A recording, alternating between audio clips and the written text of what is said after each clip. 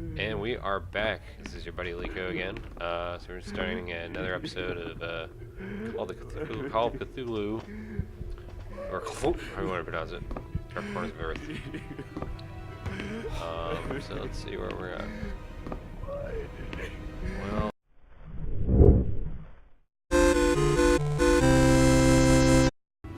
oh God, no!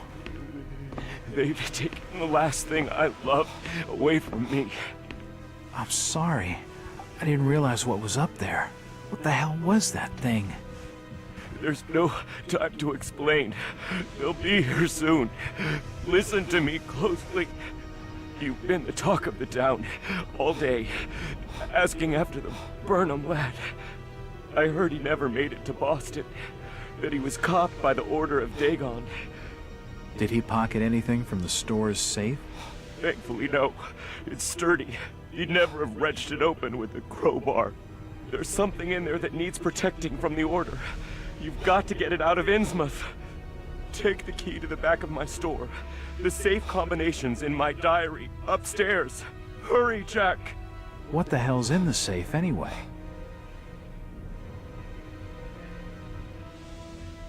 You've gone too far this time, Wait. We're taking you in for murder. You'll swing for this. Wait, he didn't do anything wrong. He killed his own daughter. It don't flesh and blood. There's plenty wrong with that. I'm reckoning you do well to mind your own business, stranger. At Innsmouth, we handle things by the old ways.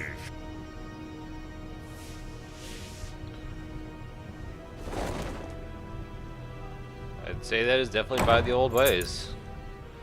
Strange that they left me in this house all alone. An old chest of drawers. It won't budge. It won't budge. It won't budge.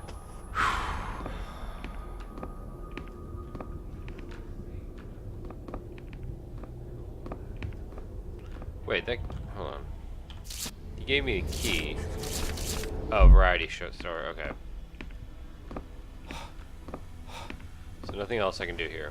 I guess I'm supposed to leave. It won't open.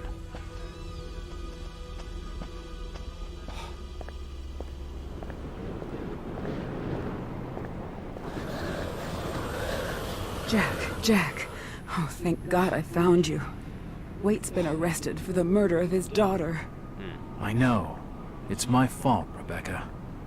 What are you talking about, Jack? What's your fault? There was something in the attic. Some kind of animal, and I let it loose. It's all my fault. The police dragged Waits off. He can't take the fall for this. He's done nothing wrong. We gotta do something. Guilty or not, the order will see him lynched for it. There's nothing you can do. Oh, you must have taken quite a bang in there, Jack. Your head's bleeding. Yeah, I think I was out of it for a little while. I see you've got some bandages. Use them on your head. Oh. It'll help you heal. You're not losing too much blood. You won't need a suture. Thanks, Rebecca.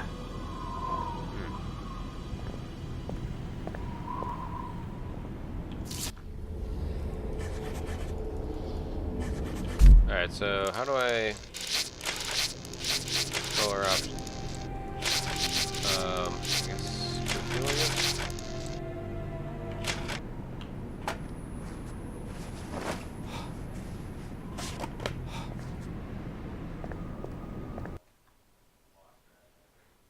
Oh, interesting.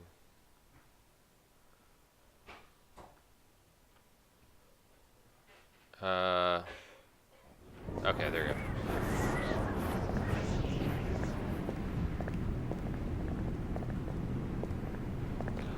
Oh, interesting, okay. It won't open. Oh, back door, right. It's unlocked. Alright. Well, I'm making some good progress in this game so far.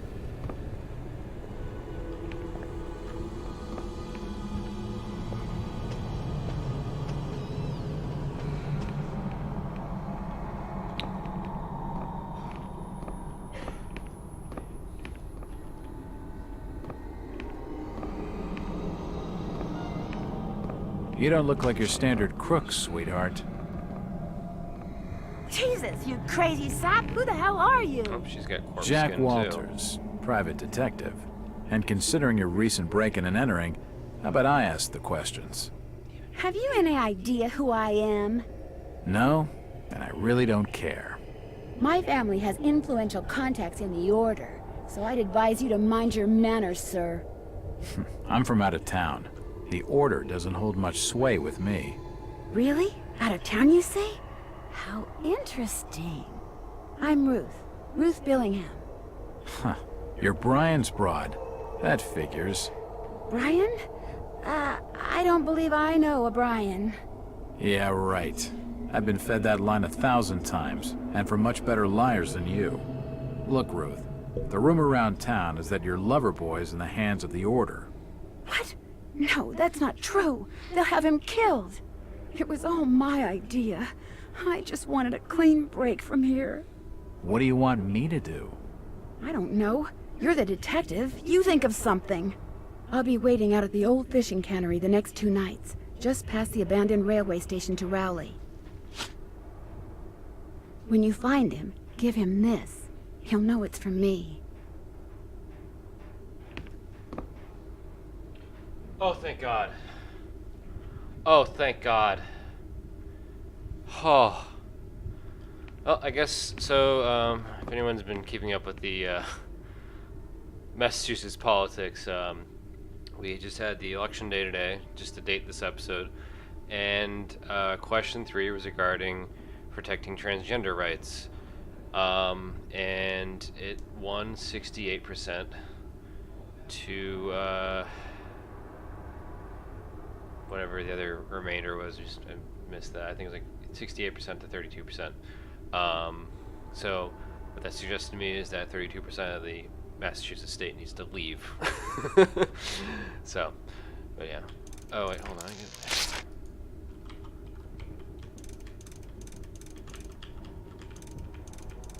I need to check that. Hold on.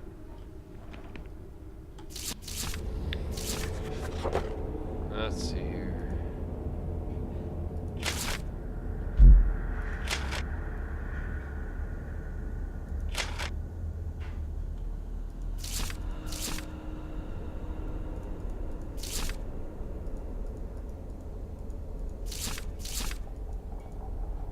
It said the number combination was in his journal.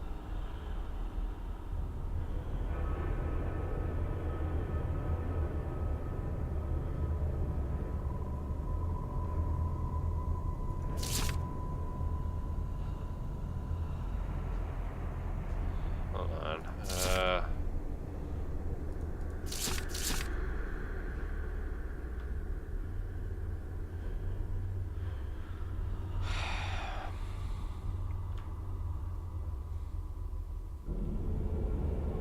Okay. I can't believe I'm doing this. Hold on,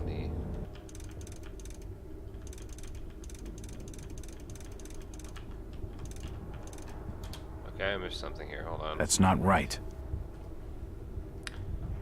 I thought I had it. Hold on.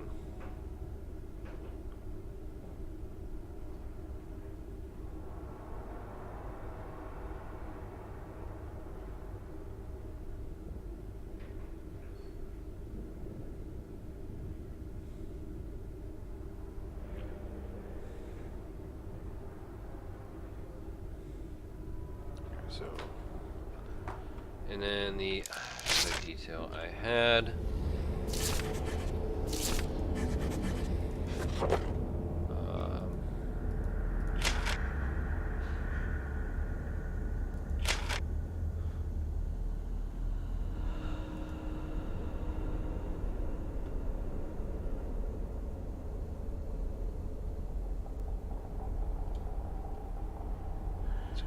Thing that I married Jason.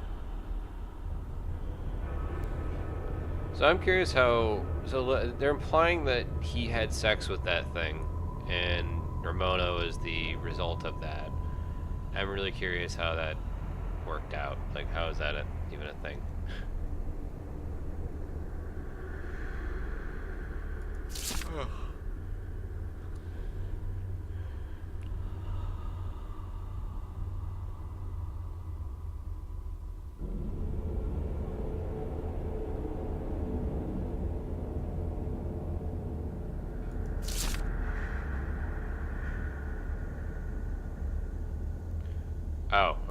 so...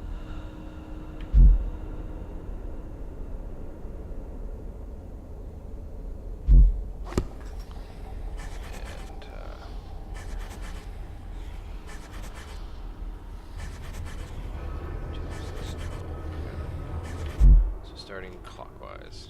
So, 2.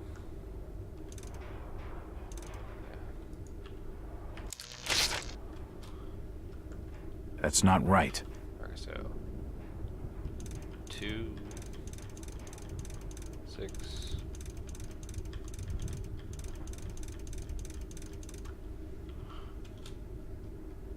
I must have made a mistake.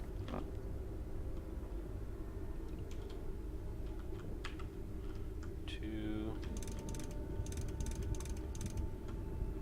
6, 12. Wait, what? I must have made a mistake. Something's wrong here.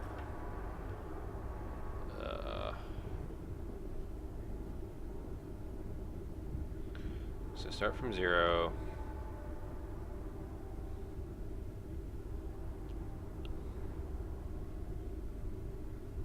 Okay, so let me try it the other way.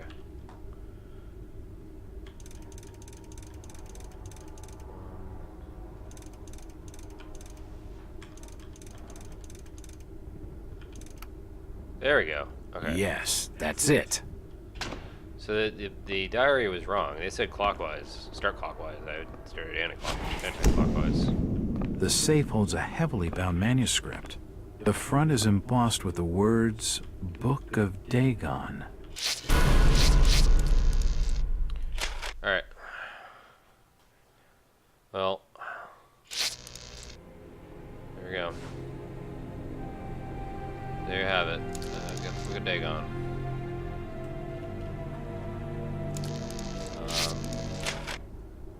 I'll be right back, actually. And we are back.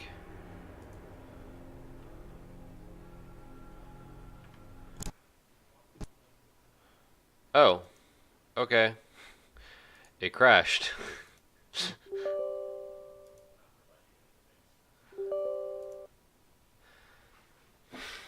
Apparently the game doesn't like being minimized. Go figure. Alright, and we are back. Sorry about that. I'll make this a little bit longer than I was planning to. So we're currently sitting at about 10:13 local time. Anyway, so here we are. We are in the local market. Let's check my inventory real quick here.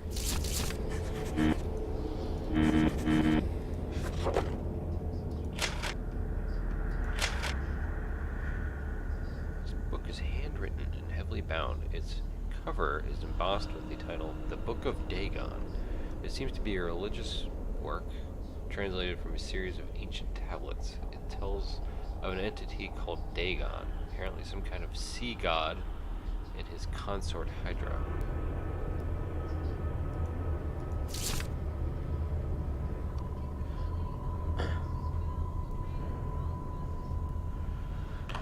They are the greatest of an underwater race called the Deep Ones, who worship them with sacrifices and other rites. The descriptions of these sacrifices are particularly shocking, and there are details of magical spells and other strange rituals. If this incredible manuscript is to be believed, their history stretches back beyond the remotest human origins into unthinkable remote antiquity. A few individuals are so incredibly old that they have seen continents rise and fall, for they do not die of old age as humans do. Father Dagon and Mother Hydra are such individuals and are greatly revered for their age and size.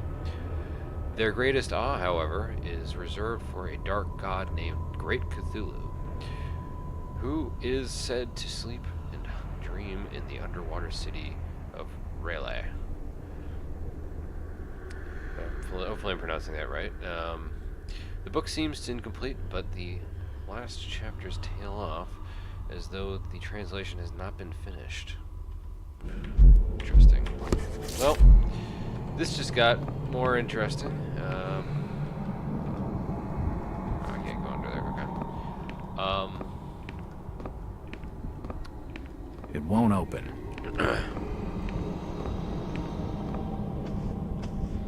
Well, let's see where we go from here.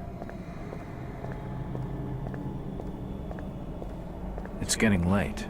I'd better start making tracks. I don't much fancy spending the night in the... Did you hear about Thomas Waits? Better in his own blood. Quick, you know. I entered him again and missed some crucial plot.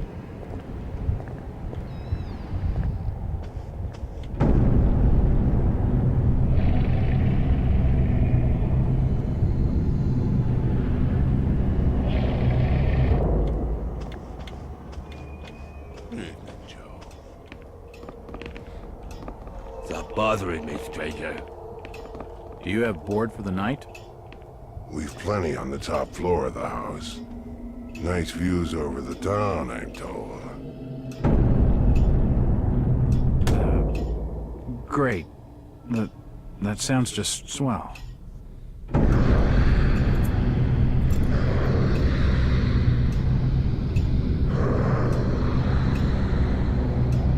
Hey, you all right there, sir?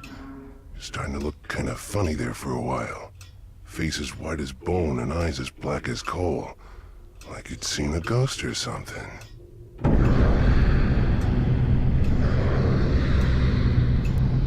I'm fine, thanks.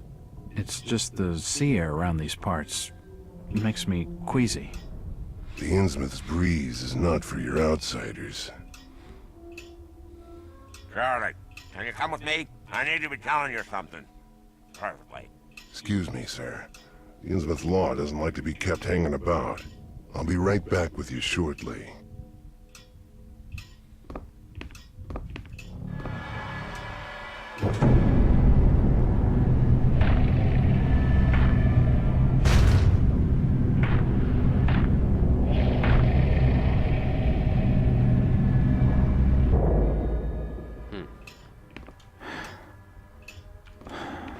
It's the key to the back office. Was I foreseeing the future, or...? It's unlocked. Nothing of interest.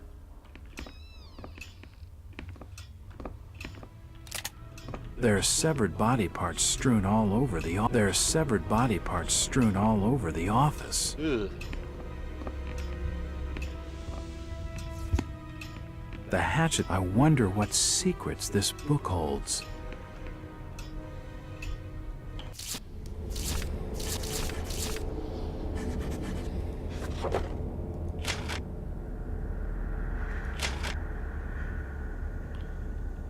She were a lively one, and no mistake. I kept her going as long as I could for the music she were making.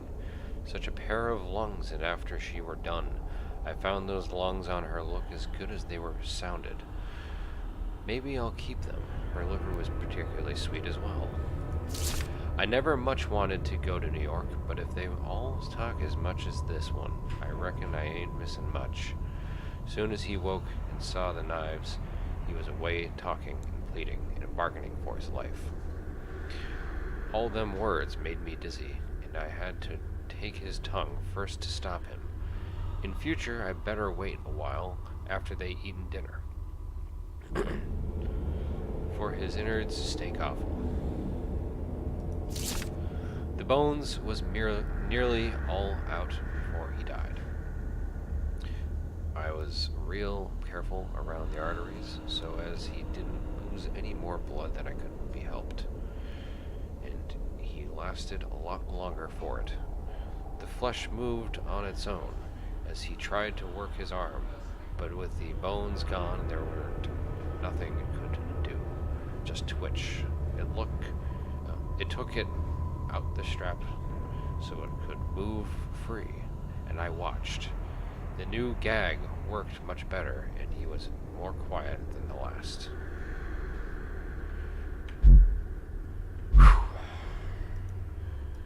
That's a creepy thing to think about. Removing somebody's bones and having him still be alive and able to move. Nothing of interest here. Yeah.